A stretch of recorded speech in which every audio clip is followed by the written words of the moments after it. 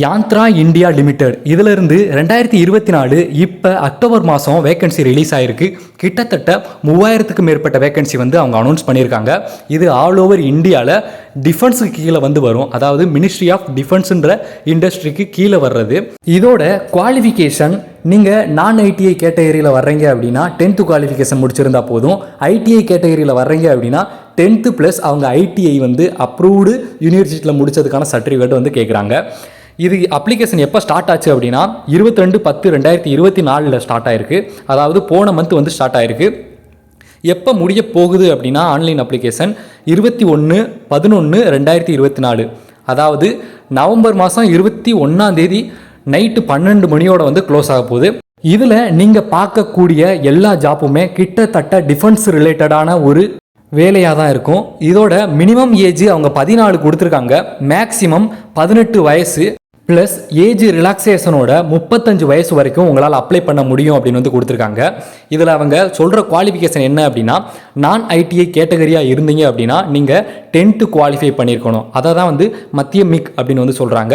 நீங்கள் 10th qualify பண்ணியிருக்கணும். இல்லை அப்படின்னா அதுக்கு ஈக்குவலண்ட்டான ஒரு குவாலிஃபை பண்ணியிருக்கணும். அதில் 50% மார்க் வந்து எடுத்துருக்கணும்னு சொல்கிறாங்க. சப்போஸ் நீங்கள் ஐடிஐ கேடராக இருந்தீங்க அப்படின்னா ஐடிஐ நீங்கள் எந்த இன்ஸ்டியூட்டில் முடிச்சிருக்கீங்களோ அந்த இதுக்கான பர்டிகுலரான சர்டிஃபிகேட் வந்து வேணும் அப்படின்னு வந்து அவங்க சொல்கிறாங்க. அதை வந்து NCVT அப்படின்னு சொல்கிறாங்க. அந்த சர்டிஃபிகேட்டு வேணும் அப்படின்னு வந்து சொல்கிறாங்க. இதை தவிர்த்து PH, PWD, ST, SC இவங்களுக்கான கேட்டகரி இருக்குது பார்த்தீங்களா. அதாவது வேகன்சியில் சில ப்ரிஃபரன்ஸ் வந்து கொடுத்துருப்பாங்க SC STக்கெலாம். அந்த இதுக்காக அவங்க வந்து சென்ட்ரல் கவர்மெண்ட் ஆக்ட், அதாவது நம்ம இந்தியன் கவர்மெண்ட்டோட ஆக்ட் படி அவங்க வந்து செயல்படுவாங்க அப்படின்னு வந்து சொல்கிறாங்க. அதாவது வேகன்சி எடுக்கிற டைமில் சப்போஸ் வந்து ஒரு எக்ஸாமில் 35 மார்க் வச்சு அதில் 32 மார்க் SCக்கு அப்படின்னு வைக்கிறாங்க அப்படின்னா STக்கு வந்து 30 மார்க்னு வச்சுருப்பாங்க. அந்த மாதிரி ஒரு வேரியேஷன் இருக்கும், மார்க்கோட வேரியேஷன். அந்த செலெக்ஷன் ப்ராசஸை வந்து அவங்க இந்தியன் கவர்மெண்ட் ஆக்ட் படி எடுப்பாங்க அப்படின்னு வந்து சொல்கிறாங்க. இதை நான் ஒரு எக்ஸாம்பிளுக்காக உங்களுக்கு சொல்கிறேன், தெரிஞ்சுக்கோங்க. இப்போதைக்கு நீங்கள் அப்ளை பண்ணுறதுக்காக என்னென்ன டாக்குமெண்ட்ஸ்லாம் ரெடி பண்ணணும் அப்படின்னா, ரீசெண்டாக எடுத்த ஃபோட்டோகிராஃப் வந்து எடுத்துக்கோங்க. ரெண்டாவது, உங்களோட எல்லா டாக்குமெண்ட்ஸையும் ஸ்கேன் பண்ணி வச்சுக்கோங்க.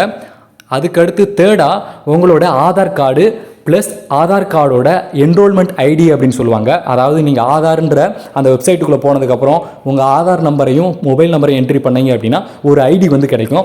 அந்த என்ரோல்மெண்ட் ஐடியும் வேணும் அப்படின்னு சொல்கிறாங்க. நெக்ஸ்ட்டு உங்களோட 10th 12th மார்க் ஷீட்டு, அதாவது 10th மார்க் ஷீட்டு, இல்லை நீங்கள் அதிகமாக முடிச்சிருந்தீங்க அப்படின்னா அந்த இதுக்கான மார்க் ஷீட்டு, அதோடு சேர்த்து நீங்கள் ஐடிஐ பாஸ் ஆகிருந்தீங்க அப்படின்னா அந்த இதுக்கான சர்டிஃபிகேட்டு, அதில் ஏதாவது ஒரு நேஷனல் ட்ரேடு சர்டிஃபிகேட் வச்சுருந்தீங்க அப்படின்னா ஐடிஐயில் NCVT, அதாவது ப்ரொவிஷ்னல் நேஷனல் ட்ரேடு சர்டிஃபிகேட்டு, ஏதாவது ஒரு ட்ரைனிங் பார்த்ததுக்கான சர்டிஃபிகேட் வந்து உங்களுக்கு தேவைப்படும். அதுக்கடுத்து நீங்கள் ப்ரிஃபரன்ஸ்க்காக அப்ளை பண்ணுறதுக்காக SC ST OBC கேண்டிடேட்டாக இருந்தீங்க அப்படின்னா அதற்கான சர்டிஃபிகேட்டு, நீங்கள் பர்டிகுலராக OBC கேண்டிடேட்டாக இருந்தீங்க அப்படின்னா உங்களுக்கான நான் கிரீமி லேயர் சர்டிஃபிகேட்டும் நீங்கள் ரெடி பண்ணணும். இதை தவிர்த்து உங்களுக்கு வந்து டிசபிலிட்டி இருக்குது அப்படின்னா அதற்கான PH and PWD சர்டிஃபிகேட்டையும் முறையான மெடிக்கல் போர்டில் வந்து அத்தாரிட்டியில் நீங்கள் வாங்கியிருக்கணும். அந்த இதுக்கான சர்டிஃபிகேட்டும் வேணும் அப்படின்னு வந்து சொல்கிறாங்க.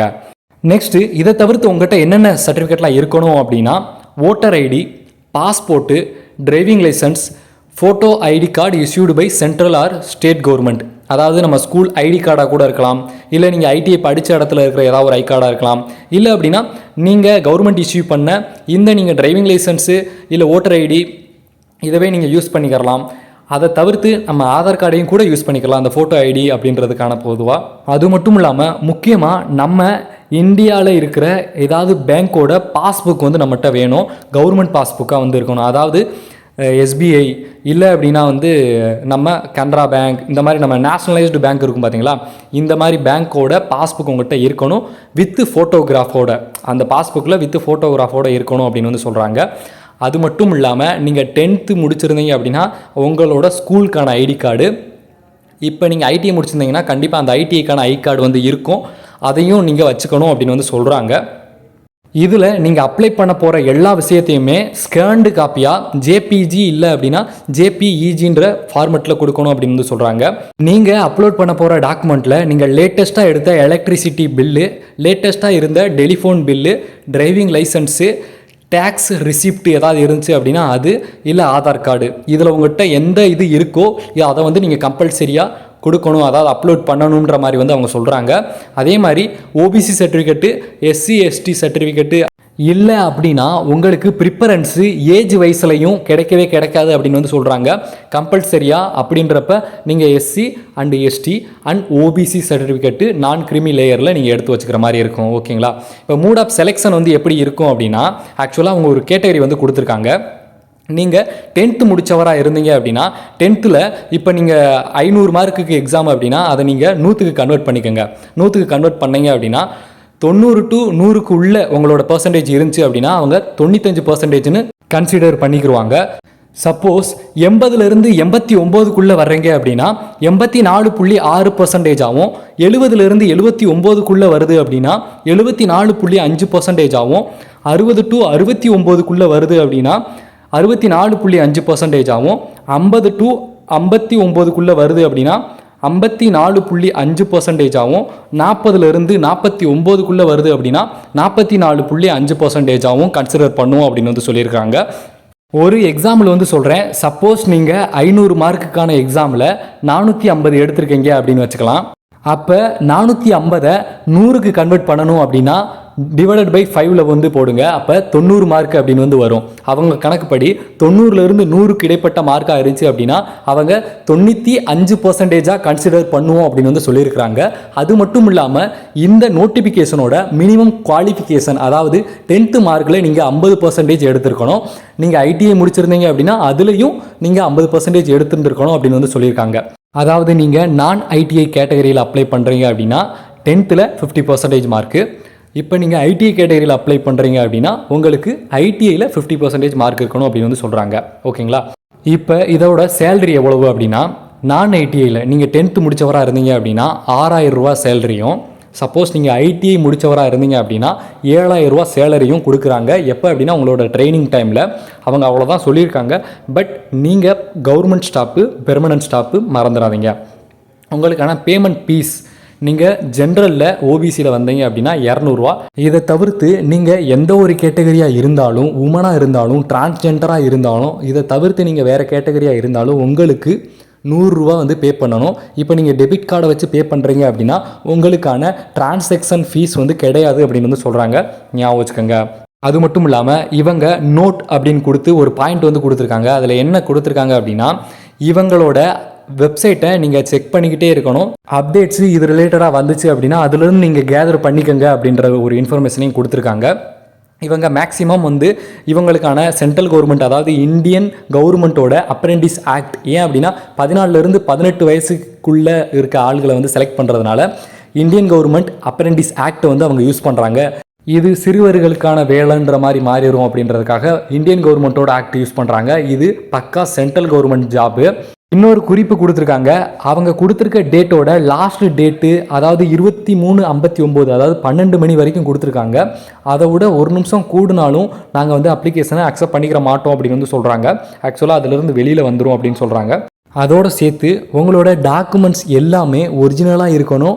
அண்டு அதில் எந்த ஒரு குறையும் வந்து இருக்கக்கூடாது. அந்த ஸ்கேனில் வந்து கொஞ்சம் வந்து மிஸ்மேட்ச் ஆகிற மாதிரி இருந்துச்சு அப்படின்னா ரிஜெக்ட் பண்ணிடுவோம் அப்படின்னு வந்து சொல்லியிருக்கிறாங்க. உங்களோட ஃபோட்டோ வந்து 20லேருந்து 70 கேபியும், உங்களோட சிக்னேச்சர் வந்து 20லேருந்து கிட்டத்தட்ட ஒரு 50 கேபிக்குள்ளே வந்து கொடுத்துருக்காங்க. அதையும் கொஞ்சம் பார்த்துக்கோங்க. இந்த நோட்டிஃபிகேஷன் உங்களுக்கு நம்மளோட வாட்ஸ்அப் குரூப்லையும் நம்ம டெலகிராம் சேனலோட லிங்க்லையும் உங்களுக்கு கிடைக்கும். நீங்கள் அங்கேருந்து டவுன்லோட் பண்ணிக்கலாம்.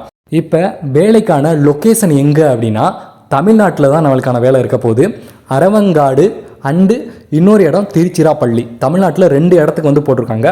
வேக்கன்சி வந்து ரொம்ப அருமையான வேக்கன்சியாக வந்து கொடுத்துருக்காங்க. உங்களுக்கு அரவங்காடு பக்கமாக இருந்தால் அங்கேயும், இல்லை அப்படின்னா உங்களுக்கு திருச்சி பக்கமாக இருந்துச்சு அப்படின்னா அங்கே நீங்கள் வந்து அப்ளை பண்ணலாம். அப்ளை பண்ணி அதுக்கான போஸ்டிங்கும் நீங்கள் அங்கேயே வாங்கிக்கிறலாம் அப்படின்னு வந்து சொல்கிறாங்க. இதோட வேக்கன்சியை பார்த்துக்கோங்க. நான் ஐடிஐயில் நீங்கள் எந்த கேட்டகரியில் வர்றீங்களோ அதுக்கேற்ற இடத்துல வேக்கன்சியை பார்த்துக்கோங்க. ஓபிசியில் வர்றீங்களா, ஜென்ரலில் வர்றீங்களா, எஸ்சியில் வர்றீங்களா, எஸ்டியில் வர்றீங்களா, அதுக்கடுத்து பிடபிள்யூடி இல்லை அப்படின்னா பிஹெச், இந்த டிசபிலிட்டியில் வருவீங்க பார்த்தீங்களா, அந்த இதை வந்து பார்த்துக்கோங்க. எந்தது உங்களுக்கு சூட்டபுளாக இருக்கோ அந்த இதில் நீங்கள் அப்ளை பண்ணுங்கள். கண்டிப்பாக குவாலிஃபை பண்ணிடலாம். இது பக்கா பெர்மனன்ட் ஜாப் தான். அது மட்டும் இல்லாமல் இது மினிஸ்ட்ரி ஆஃப் டிஃபென்ஸுக்கு கீழே வர்ற ஒரு சென்ட்ரல் கவர்மெண்ட் டிஃபென்ஸ் ரிலேட்டடான வேலை, மறந்துடாதீங்க. அதனால தான் இந்த இதுக்கான வீடியோவை நான் அப்லோட் பண்ணுறேன். டிஃபென்ஸ் ரிலேட்டடான அப்டேட்ஸ் உங்களுக்கு தேவைப்படுது. டிஃபென்ஸ் ரிலேட்டடாக நிறையா விஷயங்கள் நீங்கள் கற்றுக்கணும், தெரிஞ்சுக்கணும்னு ஆசைப்பட்டீங்க அப்படின்னா நம்ம சேனலை சப்ஸ்கிரைப் பண்ணி ஃபாலோ பண்ணிடுங்க. அதே மாதிரி டிஃபென்ஸில் ஜாயின் பண்ண நினைக்கிற உங்கள் ஃப்ரெண்ட்ஸுக்கும் ஷேர் பண்ணிடுங்க. இதற்கான அப்ளை வீடியோ வேணும் அப்படின்னா நீங்கள் நண்பா அப்படின்னு கமெண்ட் பண்ணுங்கள். கிட்டத்தட்ட 500க்கு மேலே கமெண்ட்ஸ் இருந்துச்சு அப்படின்னா கண்டிப்பாக இதுக்கான வீடியோவை நான் கண்டிப்பாக உங்களுக்கு போடுறேன்.